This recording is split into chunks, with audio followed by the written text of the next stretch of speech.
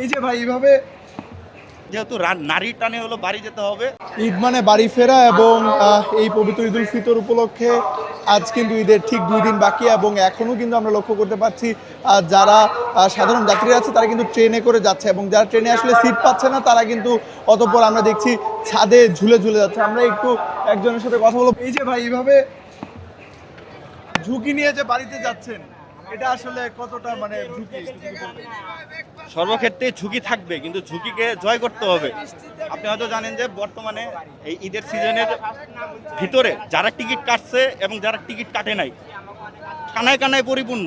যেখানে হচ্ছে এই রমজান মাসে সবাই যারা রোজাদার নিঃশ্বাস পর্যন্ত রাখার জায়গা নাই।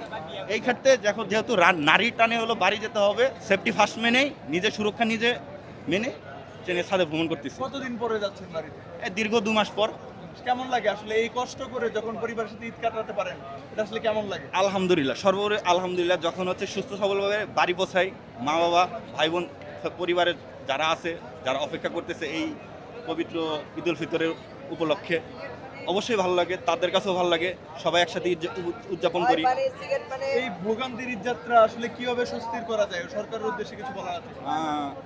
দেখেন, বর্তমানে বাংলাদেশে তো রেলপথে যথেষ্ট পরিমাণে রেল মজুদ আছে, কিন্তু যথেষ্ট পরিমাণে লাইনটা মজুদ নাই। যদি বাংলাদেশ সরকার যদি কিছু সংখ্যক রেল লাইন যদি সংযুক্ত করতে পারে এবং হলো আরও কিছু সংখ্যক কোচ যদি সংযুক্ত করতে পারে, ইনশাল্লাহ এই ভোগান্তিটা তৈরি হবে না। আর সর্বোপরি বলতে চাই, আমরা নিজেরা বাঙালিরা যদি নিজেরা না ঠিকঠাক রাখতে পারি, কারণ জানেন একটা নতুন রেল উদ্বোধন হওয়ার পর অনেকেই কিন্তু হলো যত্ন করতে পারি না, আমরা নিজেরাই যত্ন রাখতে পারি না।